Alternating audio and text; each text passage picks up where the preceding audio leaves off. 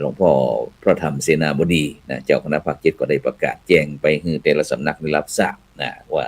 ไผสอบได้พ้องบ่ได้พ้องนะดังนั้นก็นี่ก็7 8 9 10นี่ก็สอบนักธรรมจันโทนะนักธรรมจันโทนะก็เช่นเดียวกันนะจะตรวจข้อสอบก็พุ่นเนาะไอ้ปลายเดือนธันวานะปลายเดือนธันวาพุ่นเนาะต้นเดือนธันวาไม่ใช่ปลายเดือนธันวานะที่วัดดอยสะพันยูตำบลดอนเป่าอำเภอแม่วางจังหวัดเชียงใหม่นะซึ่งก็จะมีงานตั้งหลายสิ่งหลายอย่างบรรดาท่านผู้ฟังทั้งหลายนะตั้งหน่วยอบรมประชาชนประจำตำบลหรือว่าอบตนะอบตอบตท่านผู้ฟังอาจจะงงว่าอบตหมายถึงองค์การบริหารส่วนตำบลก็นะมันจะคล้ายๆกันปตของคณะสงฆ์ที่เป็นปตอ่างปปลาแล้วก็ตเต่าซึ่งแปลว่าย่อมาจากคำว่าหน่วยอบรมประชาชนประจำตำบล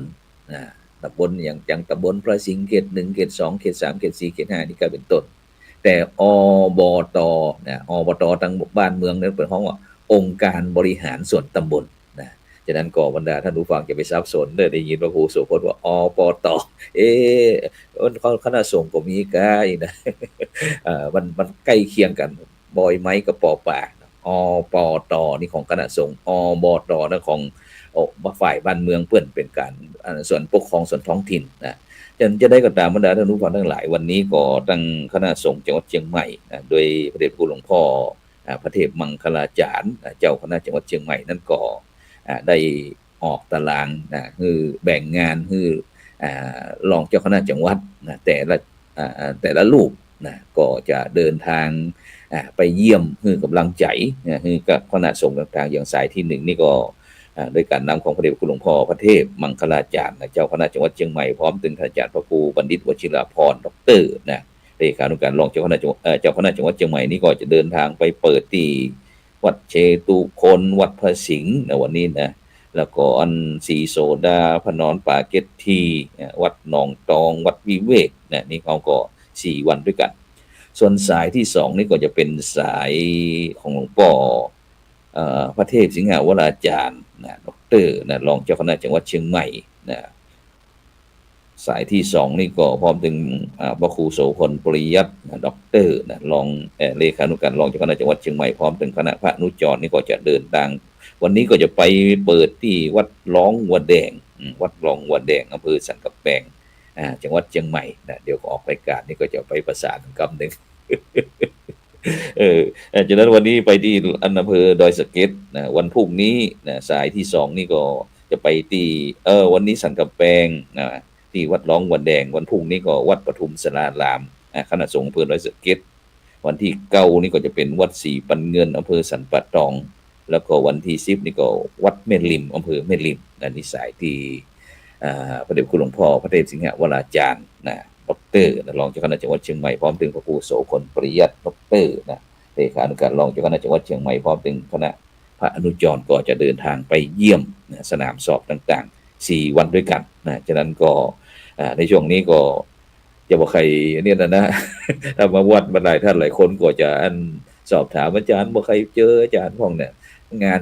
นมันจะหนักสักหน่อยหนึ่งบรรดาท่านผู้ฟังทั้งหลายอย่างตอนนี้ธรรมศึกษา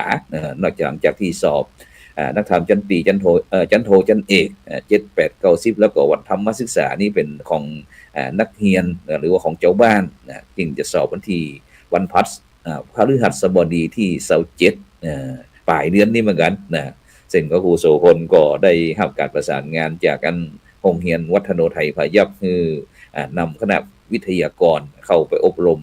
ธรรมศึกษาก่อนสอบนะก็ตั้งแต่วันที่3ถึงวันที่7วันนี้เห็นวันหนึ่งวันนี้วันหนึ่งก็จะมอบหมายคือท่านตั้งพระอาจารย์ทองหล่อของพระอาจารย์นพรัตน์พร้อมตึงคณะทีมงานเข้าไปจัดการอบรมธรรมศึกษาก่อนสอบเนี่ยนะเพื่อที่จะเน้นย้ำนะก่อนพอเรียนมาตลอดทั้งปีนั่นแหละแต่กว่าลูกๆนั้นลืม กว่าลืมก็เลยต้องไปซ้ำกับหนึ่งเพราะว่าปีหนึ่งมีสอบอย่างครั้งหนึ่งนี่เนาะฉะนั้นก็จำเป็นที่จะต้องบ่ประมาทเอาประมาทก็ละอ่อนตลอดทั้งปีก็ต้องตกสอบตกก็ได้นะฉะนั้นเอาก็เกิดความบ่ประมาทก็จัดการอบรมทบทวนความเก่าแล้วก็เล่าความหลังให้เด็กอ่อนฟังว่าแบบฟอร์ม การสอบเนี่ยมันจะได้พ้องมีสอบด้วยกัน4วิชาตั้งแต่วิชาเรียงความแก้กระทู้ธรรม1คือเวลา3ชั่วโมงแห่ง3วิชาพุทธธรรมะเบญจศีลเบญจธรรมอีกแห่ง50วิชาละ50ข้อนะ50นาทีพัก10นาทีนะครับในภาคบ่ายนี่นะแต่เป็นวิชาปรนัยผลเอากากบาทเอานะนี่ตรงนี้เป็นต้นนะฉะนั้นก็คือกลุ่มเขาเพราะว่านักอ่อนในปัจจุบันนี่บรรดาท่านผู้ฟังทั้งหลายนะก็อันเฮียนนักต้องยอมรับอย่างน้อยหนึ่งเฮียนนักนะแต่ก็พยายามแต่ก็ยังบ่ลงตัวเดียวนะเพราะว่าการศึกษาของไทยเขาบอกว่าจะเป็นตั้งส่วนบ้านเมืองตั้งส่วนคณะสงฆ์ก็ยังบ่ลงตัวบรรดาท่านผู้ฟังทั้งหลายเพราะมันเป็นช่วงรอยต่อเปลี่ยนยุคเปลี่ยนสมัยนะโดยเฉพาะมี AI ของไอทีต่างๆนี่เข้ามาโอ้โหอย่างตัวว่านี่ก็ตั้งมหาวิทยาลัยมหาจุฬาลงกรณราชวิทยาลัยเขตเชียงใหม่นะท่านอาจารย์เจ้าคุณพระสุธีวัชระบัณฑิตผู้ช่วยศาสตราจารย์ดรรองธิการบดีมจรเขตเชียงใหม่นี่ก็เปิ่นก็ได้ตั้งคณะกรรมการขึ้นมาชุดหนึ่งนะเพื่อที่จะไปดูแลเกี่ยวกับเรื่องครูภาคสอนศิลธรรมครูภาคสอนศิลธรรมในโรงเรียนต่างๆนะซึ่งทางมหาเถรสมาคมคณะสงฆ์ไทยก็มอบหมายให้มหาวิทยาลัยมหาจุฬาลงกรณราชวิทยาลัยกับมหามกุฏราชวิทยาลัยได้ดูแลเกี่ยวกับเรื่องพระสอนศิลธรรมในโรงเรียนนะแต่ว่านี่ก็เฮาก็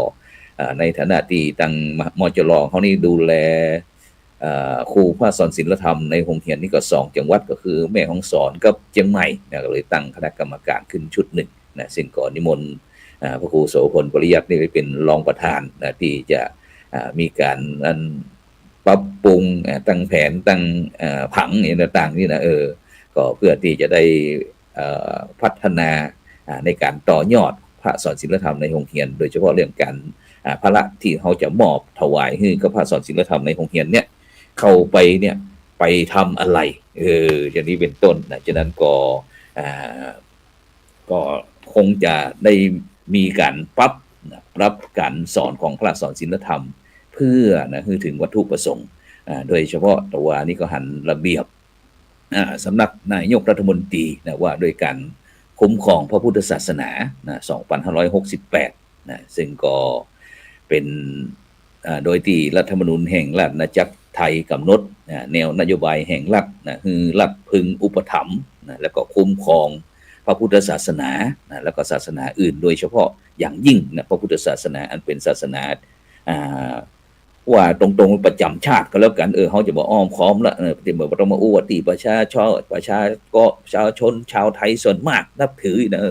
พูดตรงๆไปเลยเป็นศาสนาประจำชาติที่เขาต่อเนื่องอย่างยาวนานฉะนั้นก็เพื่อความมั่นคงของชาติสังคมคุณธรรมจริยธรรมนะฉะนั้นก็เลยมีระเบียบสำนักนายกรัฐมนตรีว่าโดยการคุ้มครองพระพุทธศาสนาขึ้นมาฉะนั้นเนี่ยบรรดาท่านผู้ฟังทั้งหลายอย่างที่ในเจ้าวันนี้ตะกี้เขาบอกว่าหน้าที่เจ้าประมงเนี่ยก็คือหาปลาหน้าที่ของพ่อค้าเนี่ยก็คือหากำไรหน้าที่ของศิลปินก็คือสร้างศิลปะหน้าที่ของพระสงฆ์องค์พระก็คือสอนมนุษย์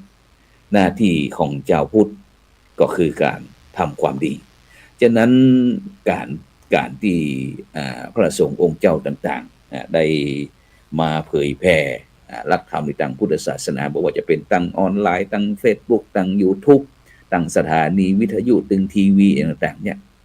เป็นสิ่งที่น่าอนุโมทนาแม้แต่ครั้งพุทธกาลก็เช่นเดียวกันบรรดาท่านผู้ฟังทั้งหลายฉะนั้นเนี่ยนักเผยแพร่เขาจะต้องรู้ความหมายของว่าเผยเนี่ยแปลว่าอย่างแพร่นั่นแปลว่าอย่างแปลว่าอย่างเผยในทางพุทธศาสนาเขาแปลว่าไม่ปกปิดบ่หวงแหนนะใครอยากฮู้ก็ต้องให้เขาฮู้ซึ่งสมัยก่อนเขาบ่ฮู้ว่าเป็นนักเผยแพร่แบบไหนนะหลงวิชากันนะขอก็บ่ฮู้จะซ้อมเตะแต่ละทีก็ต้องซ้อมในที่มิดชิดนะสมัยก่อนนี่บ่ได้เด้อบรรดาท่านผู้ฟังทั้งหลายเปิ้นหวงแหนเด้อหวงแหนหวงวิชาหวงศิลปะบ่เหมือนในสมัยปัจจุบันนะซึ่งมีการพิมพ์หนังสือออกเผยแพร่ออกวิทยุออกโทรทัศน์นะมีเทปมีออนไลน์มี YouTube นะซึ่งก็ถ้าแบบนี้เป็นห้องถือว่าเหมาะสมที่จะเป็นนักเผยแพร่ซึ่งว่ากำตะกี้เผยไปว่าบ่ปกบ่ปิดบ่ห่วงบ่แหนนี่นะใครอยากฮู้ก็คือฮู้ใครบ่อยากฮู้ก็ปิดหูอย่างนี้นะ ฉะนั้นคำว่าเผยเนี่ยว่าไปแล้วทีนี้มาเรื่องแผ่เนี่ยหมายทำคือกว้างคือไก่คือใหญ่คือขยายออกไปนะอย่างที่เฮาเช่นอย่างเฮาปกติเฮาก็จะเทศน์แต่ในวัดในวานะก็ออกไปเทศน์แถวเจ้าชุมชนสังคมหมู่บ้านตำบลอำเภอในจังหวัดในภาคในหนอ่าต่อไปก็ทั่วประเทศหรือว่าทั่วโลกเหมือนกับที่เฮากำลังออนไลน์เนี่ยบรรดาท่านผู้ฟังทั้งหลายนะ ฉะนั้นเนี่ยสิ่งเหล่าเนี้ยการแสดงธรรมในปัจจุบันเนี่ยซึ่งโดยเฉพาะเขาอาจจะฮ้องว่าพระธรรมทูตแบบพระธรรมทูตแบบพระธรรมกถึกนะแบบพระธรรมจาริกนี่นะแบบพระธรรมวิทยากรที่มีในปัจจุบันเนี่ยโดยเฉพาะแบบพระธรรมทูตนี่ก็แปลว่าผู้นำธรรมะไปสู่ประชาชน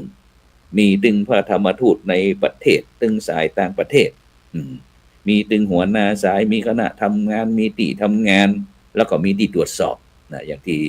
พระครูโสพลปริยัติเมื่อ10กว่าปีก่อนได้มีโอกาสเดินทางเป็นพระธรรมทูตสายต่างประเทศนะไปกับท่านอาจารย์พระครูสิงหะกิจวิเทศท่านอาจารย์มหาธีรศักดิ์เนี่ยไปที่ UK หรือว่าประเทศอังกฤษนี่ก็ไปสร้างวัดพระสิงห์สาขาประเทศไทยเขาเองเป็นว่าพระสิงห์ UK จะนี่เป็นต้นของว่าพระธรรมทูตสายต่างประเทศส่วนพระธรรมกถึกกับธรรมกถึกนี่ก็ต้องมีผู้ที่นิมนต์นะก็จะต้องมีผู้มีนิมนต์แล้วก็ขอโอกาสแสดงเป็นการคัดต่อซึ่งโดยเฉพาะพระธรรมกถึกนะเดิมเป็นห้องว่าพระสภาพระธรรมกถึกแต่ก่อนนี้อยู่ที่วัดพระเชตุพนวิมลมังคลารามเนี่ยแต่ปัจจุบันนี้ก็มีแต่ชื่อ อาจจะมีการนั้นเปลี่ยนแปลงไปแล้วก็มีพระธรรมจาริกพระธรรมจาริกเนี่ยมีตึงจาริกในป่าแล้วก็จาริกในเมืองจาริกในป่านะจาริกในป่านี่นะบรรดาท่านผู้ฟังทั้งหลายต้องสละความสะดวกสบายไปอยู่กับพี่น้องบนภูบนดอยหลายจังหวัดโดยเฉพาะในภาคเหนือของปัจจุบันเนี่ยซึ่งก็มีพระธรรมจาริกประมาณสัก 200-300 กว่ารูปนะศูนย์ก็ตั้งอยู่ที่สมัยที่หลวงพ่อเจ้าพระคุณสมเด็จพุทธชินวงศ์ก็อยู่ที่วัดเบญจมาบพิตรนะอดีตเจ้าคณะใหญ่คนเหนือแล้วก็มีศูนย์รองอยู่ที่ปัจจุบันนี้ก็อยู่ที่วัดเบญเช่นเดียวกันนะปัจจุแล้วก็มีศูนย์ส่วนภูมิภาคนี่ก็อยู่ที่วัดศรีโซดาวัดศรีโซดาอำเภอเมืองเชียงใหม่นะซึ่งก็มีหลวงพ่อพระธรรมวชิรโกศลนี่ก็เป็นประจำภาคเดียวเนาะแล้วก็มีท่านอาจารย์เจ้าคุณพระวิมลมุนีพร้อมถึงท่านอาจารย์เจ้าคุณพระอุดมบัณฑิตนะด็อกเตอร์นะนี่ก็เป็นรองเจ้าคณะจังหวัดเชียงใหม่แล้วก็รองเจ้าคณะภาค6นะนี่ก็เป็นรองประธานพระธรรมจาริกนะที่วัดเบญจมาบพิตรส่วนกลางนะแล้วก็ยังมีพระธรรมวิทยากรในปัจจุบันนี้ถ้าเราหัดกรมการศาสนาในกระทรวงวัฒนธรรมเพิ่นก็จะนิมนต์พระเราเนี่ยไปอบรมแล้วก็มาบรรยายในสถานศึกษาในโรงเรียนตามวัดตามมหาวิทยาลัยตามโรงพยาบาลตามโรงแรมก็มีเนาะ แต่จะได้กระตามบรรดาท่านผู้ฟังทั้งหลายนะพระนักเผยแผ่ถือว่าเป็นผู้ที่ทำงานสำคัญตั้งแต่สมัยครั้งพุทธกาลนะทุกวันมาฆบูชานะเขาก็จะนึกถึงวันที่พระพุทธเจ้าได้ส่งอริยสาวกไปประกาศพระพุทธศาสนาซึ่งพระองค์ก็แสดงถึงหน้าที่วิธีการนะแล้วก็การปฏิบัติสำหรับการเผยแผ่ไว้อันนี้น่าคิดนะน่าคิดซึ่งบางท่านถ้าบ่ได้ศึกษาก็จะทำให้หลงประเด็นแล้วก็บ่ปฏิบัติบ่ถูกพระพุทธเจ้าตรัสถึงหน้าที่ว่าพระต้องบำเพ็ญตนให้เป็นประโยชน์จะอยู่ที่ไหนก็คือทำประโยชน์เพราะฉะนั้นก็จะเข้าตำราที่ว่าบ้านใกล้ท่าไม่มีน้ำกินนะจังปั่นดินบ่มีหม้อใจเลี้ยงไก่บ่มีเสียงขันนะซึ่งโบราณบูรพาจารย์เปิ้นก็อุปมาว่าการเลี้ยงไก่นอกจากที่จะเอาไว้กินเนื้อกินไข่แล้วก็ยังเอาไว้ฟังเสียงขันเพื่อบอกเวลายามนะเหมือนกับเจ้าบ้านสู่อุปถัมภ์บำรุงพระด้วยปัจจัย4นะแต่พระก็บ่ยอมขันคือยอมฟังก็คือบ่เทศน์บ่แสดงธรรมบ่แนะนำนะพูดง่ายๆก็คือบ่จี้ทางบรรเทาทุกข์บ่จี้สุขเกษมสารนี่นะบ่จี้ทางนิพพานอันพ้นโศกวิโยคภัยนี่นะ ต้มต้มอย่างเดียวนะเพราะฉะนั้นเนี่ยหน้าที่ของพระก็ได้บอกแล้วว่าก็คือเรื่องการสวดมนต์ภาวนาศึกษาเล่าเรียนภาคเพียรปฏิบัติสันทัดในการสอนนะพระพุทธเจ้าแสดงถึงวิธีการที่จะเข้าหาประชาชนเข้าหาบรรดาพุทธศาสนิกชนว่าจารทะภิกขเวจาริกังพหุชนะหิตายะพหุชนะสุขายะโลกานุกรรมปยะเป็นต้นแปลว่าดูก่อนภิกษุทั้งหลายเธอทั้งหลายจงจาริกไปเพื่อประโยชน์เพื่อความสุขเพื่ออนุเคราะห์แก่ประชาชนเป็นอันมากนะฉะนั้นสมัยก่อนนี่ก็ต่างคนต่างไปต่างคนต่างทำนะบ่มีอุปกรณ์บ่มีเครื่องไม้เบิ่งมือบ่มีทีมงานเหมือนกับเรียกว่าจ้องทำมาเป็นทีมเขานี่นะ ฉะนั้นจ้องของเขาจึงว่าทำเป็นทีมในบรรดาท่านผู้ฟังทั้งหลายนะก็คือเรื่องการธรรมะยุคใหม่คือว่าบ่ได้วันมองโชว์นะหมายความว่าใจแต่ผู้เจ้าตนใดตนหนึ่งนะแต่ของเขานี่ก็จะมีการเปลี่ยนภาระงานแต่ตั้งอาทิตย์หนึ่งเนี่ยแต่ละวันตั้งแต่วันจันทร์ถึงวันอาทิตย์เนี่ยตั้งรายการธรรมะรับอรุณเท่านี้ก็จะมี2ลูกรูปหนึ่งก็จะออกในเดือนนึงก็ประมาณ2ครั้งนะถ้ารูปไหนที่ติดภารกิจศาสนากิจต่างๆอย่างเช่นวันนี้อย่างที่ท่านอาจารย์พระครูวรเขตโสภิตนะหลวงพ่อรองเจ้าคณะอำเภอแม่สายเนี่ยติดศาสนากิจภารกิจที่จะไปทำบุญท่านทำบุญนี้ที่คณะสัทธาญาติโยมก็แจ้งมาอย่างพระครูโสพลพระครูโสพลก็สแตนบายไว้นะสแตนบายไว้เพื่อที่จะบ่ฮือขาดการนำนานาสาระธรรมะมาคือพ่อแม่พี่น้อง FC ต่างๆได้ติดตามอย่างบ่ขาดวันไหนที่ท่านหิวก็มาเลยนะวันก่อนได้ยินท่านอาจารย์พระครูจันทสรการบอกว่าถ้าทุกเจ้าเขาเนี่ยได้ปรุงอาหารเป็นพ่อครัวสำหรับผู้บริโภคคณะสัทธาญาติโยมพุทธบริษัทก็คือผู้บริโภคส่วนพระนี่เป็นนักปรุงอาหารแต่อาหารเป็นอาหารทางจิตบรรดาท่านผู้ฟังทั้งหลายไม่ใช่อาหารทางปากทางท้องเนอะอาหารทางจิตเวลาเฮาหิวเฮาเหนื่อยเฮาอ่อนเฮาท้อแท้นะท้อถอยขึ้นมาเฮาก็มาเปิดขอตู้กับข้าวได้สะสมไว้แล้วอย่างอาหารปรับปรุงอย่างที่พระครูโสพลได้ฟังบอกว่าหน้าที่เจ้าประมงคือหาปลาหน้าที่ปอกกาก็คือหากำไรหน้าที่ของศิลปินก็คือสร้างศิลปะหน้าที่ของพระก็คือสอนมนุษย์หน้าที่ของชาวพุทธก็คือทำความดี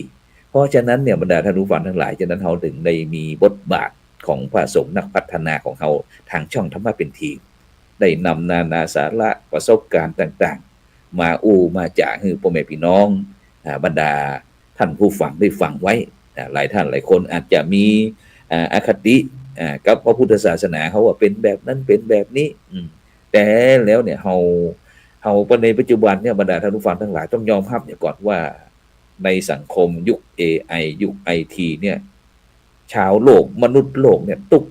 มากๆนะหลายท่านหลายคนก็กำลังปรับปรุงตัวหลายท่านหลายคนก็บ่ฮู้จะปรับปรุงตัวจะได้บางครั้งก็ท้อแท้ท้อถอยถึงแม้กับทำลายชีวิตตัวเองก็มีฉะนั้นพระสงฆ์องค์เจ้าเนี่ยถือว่าเป็นต้นบุญต้นกุศลนะเป็นเนื้อนาบุญที่เสียสละทั้งความสุขส่วนตัวเนี่ยมาฮือพี่น้องพุทธศาสนิกชนเขาเนี่ยได้เรียนรู้ได้รับรู้ได้ฟังตลอดเวลาบอกว่าจะเกิดเหตุการณ์อะไรอย่างต่างๆนะพระสงฆ์องค์เจ้าก็จะอยู่กับประชาชนเหมือนกับว่ารายการเขาเนี่ยสังฆพัฒนาเพื่อประชาชนอย่างมันแรงนี่ก็เช่นเดียวกันนะหลายท่านหลายคนก็ตั้งข้อถามว่าในตัวเจ้าในปัจจุบันเนี่ยมัวเมาแต่ไปเฮียนแต่ตั้งโลกบ่เฮียนตั้งธรรมอยากเป็นตำแหน่งตั้งวิชาการเป็นปสรสเป็นสเป็นด็อกเตอร์นั้นเป็นด็อกเตอร์ที่ต่างๆนะซึ่งความจริงแล้วการศึกษาเหล่านี้มันเป็นเพียงเป็นเรื่องปกติบรรดาท่านผู้ฟังทั้งหลายนะเป็นเรื่องปกตินะที่เขาจะสมมุติขึ้นมาแต่พระสงฆ์องค์เจ้ามีแล้วก็บ่ได้หลงไปกับแสงสีเสียงเหล่านั้นนะแต่ในปัจจุบันนี้เราต้องยอมรับก่อนว่าพี่น้องประชาชนนี่มีความทุกข์นักนะแต่มันติดด่านกฎหมายต่างๆบ่ฮู้จะไปลงที่ไหนต้องยอมรับตรงนี้ก่อนก็เลยมาหาแต่พระเป็นอย่างนั้นพระเป็นอย่างนี้นะพระบ่สอนธรรมะนะความจริงพระสอนตลอดแต่ ฟังแล้วฟังหูซ้ายทะลุหูขวาอู้หรือง่ายถ้าน้ำตาตกตุกเมื่อไหร่ถึงจะเข้าวัดฉะนั้นคนเราจะต้องเปลี่ยนวิธีคิดนะในยุคใหม่เนี่ยเขาจะเข้าวัดศึกษาธรรมะเนี่ยจะเป็นรอที่มันเกิดตุกนะเขาตอนที่เขามีความสุขเนี่ยเขาจะได้สติปัญญาดีนะได้สติมาปัญญาจะเกิดสติแต่เลยก็เกิดปัญหาแต่พี่น้องพุทธศาสนิกชนทุกวันเนี่ยถ้าไม่ทุกข์ไม่เข้าวัดแต่ทุกวันไหนหันหน้าแล้วตึงน้ำหูน้ำตาบอกว่าจะเป็นตุกตั้งกายตุกตั้งใจตุกตั้งกายบ่มีเงินมีทองบางครั้งในปัจจุบันเนี่ยหันดูเจ้าเป็นกับตู้ ATM ก็มีเป็นห้างสรรพสินค้าก็มีนะแต่พระสงฆ์องค์เจ้าเขาก็บ่ได้ปฏิเสธนะขอความช่วยเหลือก็ขอความอนุเคราะห์สงเคราะห์พระสงฆ์องค์เจ้าก็บ่เคยที่จะปฏิเสธฉะนั้นเนี่ยในปัจจุบันเนี่ยหลายท่านหลายคนก็ตึงมองทางพุทธศาสนาเวลาเกิดบ้านเมืองที่บ่สงบสุขก็มาเป็นแต่พระสงฆ์องค์เจ้านั่นแหละเนี่ยฉะนั้นเฮามัวแต่ไปโทษคนอื่นบรรดาท่านผู้ฟังทั้งหลายความจริงพระสงฆ์องค์เจ้าเนี่ยฝนจะตกแดดจะออกใครจะดีใจใครจะเสียใจใครจะอยู่พรรคไหนสีไหนก็ตามพระสงฆ์องค์เจ้าก็คือเป็นผู้นำจิตวิญญาณบ่ได้เลือกว่าเป็นสีนั้นสีนี้นะจะต้องเป็นผู้ใหญ่บ้านกำนันคนนั้นคนนี้ต่างๆพระสงฆ์องค์เจ้านี่ก็คืออยู่ตรงกลางมีแต่ที่จะประสานนะคือเป็นน้ำหนึ่งใจเดียวกันบ่ได้สร้างความเกิดแตกแยกขึ้นในชุมชนสังคมหมู่บ้านประเทศชาติมีแต่ความฮักความปรารถนาดีในความเมตตาต่อเพื่อนร่วมโลกเพื่อนมนุษย์ฉะนั้นแม้แต่เราได้ยินครูบาอาจารย์บุรพาจารย์ในบางครั้งแม้แต่ญาติพี่น้องที่ออกโดยโกนกันมาอีน่ะเปิ้นบอกแม้แต่ถ้าบ่ดีเปิ้นก็บ่เอาแต่คนดีเนี่ยตรงไหนก็คือเป็นมิตรเป็นนี่ถึงแม้บ่ดีเปิ้นก็ให้โอกาสนะฉะนั้นในทางพุทธศาสนาเฮามีกันบรรดาท่านผู้ฟังทั้งหลายในปัจจุบันนี้หลายท่านหลายคนเนี่ยพระสงฆ์องค์เจ้าในยุคปัจจุบันนี้บ่ดีเดี๋ยวก็จับยามาเดี๋ยวก็บิณฑบาตฉะนั้นฉะนี้มีแต่ความจริงบุคคลเหล่านี้ถูกพักออกจากสังคมชุมชนหมู่บ้านนะเพราะว่าสังคมชุมชนหมู่บ้านเนี่ยเข้าหันบุคคลเหล่านี้แล้วก็ระแวงบ่ยอมรับนะอาจจะเคยติดเข้าคุกเข้าตารางเคยกักกันก็เคยถูกเข้าอบรมนั้นอบรมนี้นะเมื่อสังคมในชุมชนบ่ยอมรับแล้วก็จำเป็นนะอันเขาก็อยู่บ่ได้ก็บ่มีที่พึ่งฉะนั้นก็วัดนี่แหละเป็นที่พึ่งนะฉะนั้นวัดมีหน้าที่ที่จะพัฒนาบุคลากรเช่นเดียวกันโดยใช้หลักธรรมในทางพุทธศาสนาเหมือนกับโครงการหมู่บ้านรักษาศีล5เนี่ยบรรดาท่านผู้ฟังทั้งหลายนะซึ่งในการที่มีโครงการวัตถุประสงค์ก็คือเป้าหมายก็คือเรื่องพัฒนาการบริหารจัดการของชุมชนโดยเฉพาะมีผู้ใหญ่บ้านผู้นำชุมชนเนี่ยบอกว่าเป็นผู้ใหญ่บ้านกำนันนายกเทศมนตรีพร้อมตึงพี่น้องประชาชนประชากรในหมู่บ้านก็แล้วก็มีภาคีเครือข่ายต่างๆจากในหมู่บ้านก็เป็นตำบลจากตำบลก็เป็นอำเภอจากอำเภอก็เป็นจังหวัดเป็นต้นเนี่ยคือเป้าหมายที่ตามแผนยุทธศาสตร์ชาติ20 ปีฉะนั้นคนไทยเขาจะต้องฮู้จักฟังบ่ใจมีแต่คนอู้แล้วบ่มีคนทำพระสงฆ์เจ้านี่โอ้โหยัง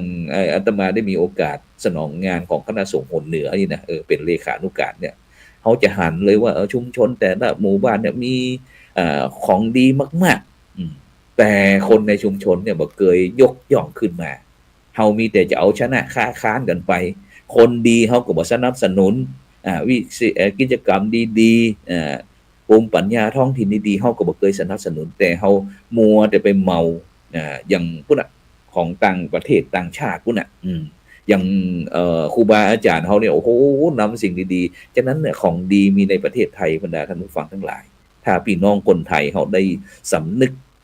ของความเป็นไทยรู้คุณค่าของความเป็นไทยโดยเฉพาะมีสถาบันชาติศาสนาพระมหากษัตริย์เนี่ยถ้าเฮาใจคือคุ้มค่าบรรดาท่านผู้ฟังทั้งหลายบ่ต้องไปอยู่ที่ไหนบ่ต้องไปหากินที่ไหนหรอกอยู่ที่ประเทศไทยเนี่ยเป็นสมบัติอันล้ำค่าของโลกเด้อบรรดาท่านผู้ฟังทั้งหลายพอกลุ่มสแกมเมอร์ก็หมู่คอเซ็นเตอร์ก็เป็นอย่างเพิ่นถึงมาตั้งอย่างเปิดห้องจี้ปะทะที่ทำมาหากินรอบประเทศไทยเนี่ยฉะนั้นประเทศไทยนี่ถือว่าเป็นไข่ในหินเป็นสมบัติอันล้ำค่าเป็นมรดกที่โอ้โหเป็นทรัพย์สมบัติที่คุ้มที่สุดยอด มีคุณค่าที่สุดนะฉะนั้นมิจฉาชีพต่างๆเนี่ยถึงมันรอบประเทศไทยฉะนั้นประเทศไทยเนี่ยถือโอกาสเป็น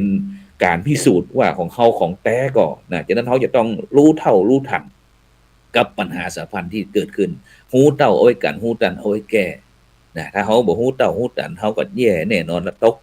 โอนเงินเพื่อเปิ้นเฉยๆเนี่ยฉะนั้นจะไปลืมเด้อสังเกตพอแก๊งสแกมเมอร์คอเซ็นเตอร์ต่างๆเป็นอย่างมาตั้งหลอกประเทศไทยเนี่ยเพราะประเทศไทยมีค่าฉะนั้นคนไทยจะต้องรู้ความมีค่าของประเทศไทยนะสถาบันชาติศาสนาพระมหากษัตริย์อย่าลืม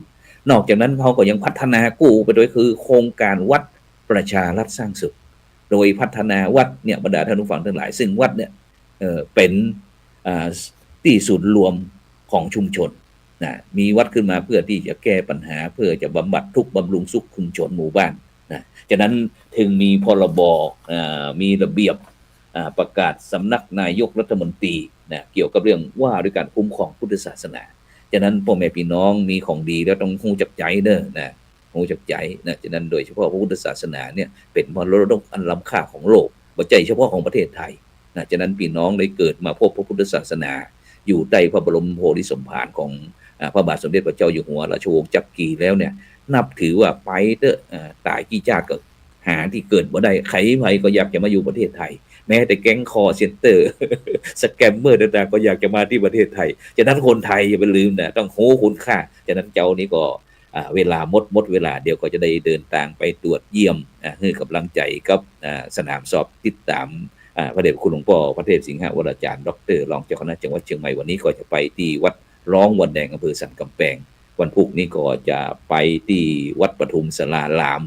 อำเภอดอยสะเก็ดคณะสงฆ์อำเภอดอยสะเก็ดแล้วก็วันต่อไปก็ไปที่วัดศรีบัวเงินอำเภอสันปะตองคณะสงฆ์อำเภอสันปะตองวันสุดท้ายก็จะไปที่วัดแม่ริมอำเภอแม่ริมนะฉะนั้นก็ต้องขอบคุณอนุโมทนากับทุกท่านนะที่ติดตามกดไลค์กดแชร์ตึงส่งข้อความตึงคือกำลังใจต่างๆบุญก็ได้ไส้ก็เต็มกันแล้วกันนะจะขอบคุณอนุโมทนาอายุวันโนสุขังพลัง